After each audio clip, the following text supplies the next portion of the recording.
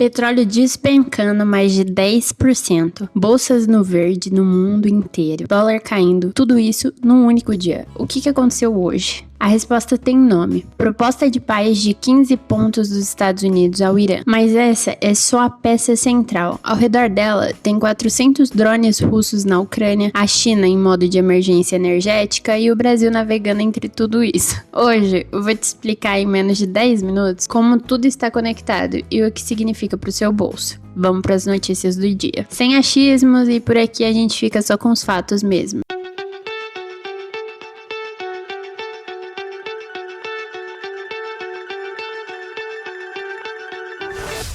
Oi pessoal, tudo bem com vocês? Sejam muito bem-vindos a mais um vídeo aqui no canal com um cenário totalmente diferente, porque eu consegui configurar o meu computador para termos cenários diferentes. Achei esse cenário que super combinou com a minha blusa, porque super contente, super feliz. Que lugar bonito. Depois eu vou mudando. Mas vamos começar a falar hoje sobre os números do dia. Vamos diretamente para eles. O Ibovespa, ele fechou em alta de 1,5% na faixa de 185 mil pontos.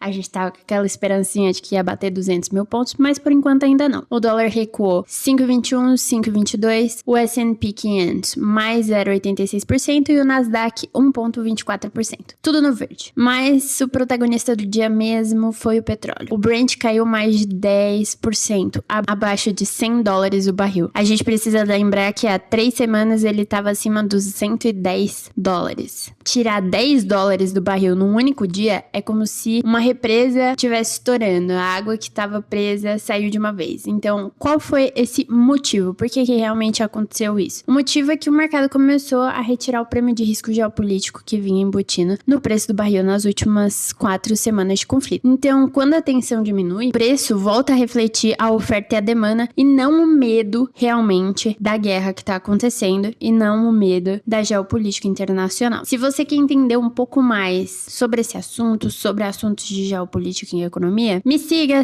o canal, dê um like, curta, compartilhe com seus amigos, se inscreva aqui, isso me ajuda demais trazendo esse tipo de análise aqui pro canal. Então, gente, qual que foi o tabuleiro geopolítico de hoje, né, do dia 25? Bom, o Oriente Médio, ele teve uma proposta de paz, tudo girou em torno disso. Os Estados Unidos apresentaram um plano de 15 pontos ao Irã. Os 3 pilares, moratória dos 5 anos nos mísseis balísticos iranianos, transferência de urânio e enriquecimento à Rússia, claramente, né, como garantia, por exemplo. E, em troca, a gente teve a suspensão de sanções e a reabertura do Estreito de Hormuz. Vamos ver se isso realmente vai funcionar ou não, se vai ser uma outra fake news, né? Porque a última vez a gente teve o Irã falando que isso não aconteceu, a gente não teve nenhum acordo e o mercado voltou a precificar alto. Para entender o peso disso, a gente tem que entender que pelo menos 20% de todo o petróleo do planeta passa pelo Estreito de Hormuz, que é o que causa realmente que os mercados ficam com medo. Ele tá fechado há semanas, com mais de 150 navios-tanques retidos. Então, é como se a principal rodovia de escoamento de uma safra inteira tivesse bloqueado. O produto existe, mas ela não chega ao destino, que no caso somos nós, né? Se a gente reabrir, a oferta global ela vai se normalizar e o preço normalmente cai. Um recurso mais escasso e alto demandado tem um preço muito maior. Continuando um pouco sobre o Oriente Médio, no Líbano, o saldo da crise é pesado, porque são mais de 1.000 mortos e 1 milhão de deslocados desde do dia 2 de março. Viajando um pouquinho para a Rússia e para a Ucrânia, na escala industrial, enquanto o Oriente Médio ele ensaia uma trégua, a Rússia lançou 400 drones e dezenas de mísseis contra a Ucrânia na última noite. 400 é um drone a cada 3 minutos e meio durante 24 horas. A Polônia e a Romênia mobilizaram caças da OTAN em resposta, e aqui tem um paradoxo econômico importante. O blend Ural russo está a $70 por barril, muito acima dos 59 que a Rússia orçou em 2026. Ou seja, a guerra que deveria enfraquecer a Rússia no curto prazo, na verdade, ela pode estar financiando a guerra, financiando o país. O Irã fornecia 1,38 milhão de barris por dia à China, que dá pelo menos 13% das importações marítimas de petróleo do país. Com o estreito fechado, esse fluxo parou. O chanceler Wang Yi fez 12 ligações em 12 dias com líderes de todo mundo pedindo desescalada do conflito. Isso não é uma diplomacia normal. Isso é um desespero, pelo menos no curto prazo. Eu acho que a China não está super preocupada com isso, porque ela tem outros fornecedores de petróleo. Mas isso é 10% do que ela já usa. Então, é sim uma quantidade significativa. A gente não pode dizer que a China está em um super apoio. Não, lógico que não. Ela com certeza tem reservas. Ela tem a Arábia Saudita.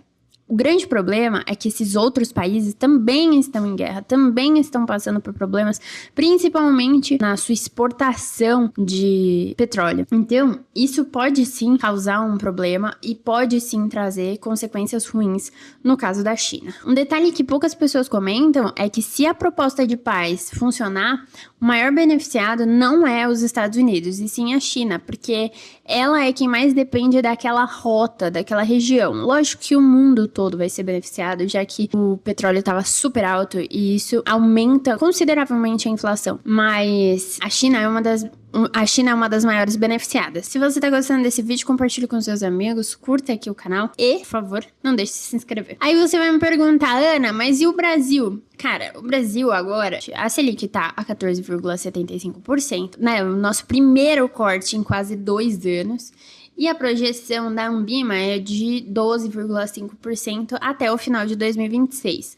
Para quem está em renda fixa, o trem da Selic alta está começando a frear. Então, é bom a gente começar a entrar nesses pré-fixados. Lógico, não é uma indicação de investimento, mas é uma coisa que você já tem que começar a acender sua anteninha para ver como que isso vai funcionar na sua carteira. Quem entrou nos pré-fixados de longos pode ser que esteja sorrindo agora. A confiança do consumidor subiu 2 pontos para 88,1. Parece pouco, mas historicamente, quando esse indicador sobe, o consumo segue atrás. Então, normalmente, as pessoas tendem a consumir mais quando a confiança do consumidor, logicamente, aumenta. Porém, a gente tem que ter atenção a uma coisa. O Brasil, ele teve um fluxo cambial negativo de 4,7 bilhões em março, então, pelo menos até o dia 20. É um dinheiro saindo pelo canal financeiro, bolsa subindo, capital entrando e a outra esvazia, saída pelo câmbio.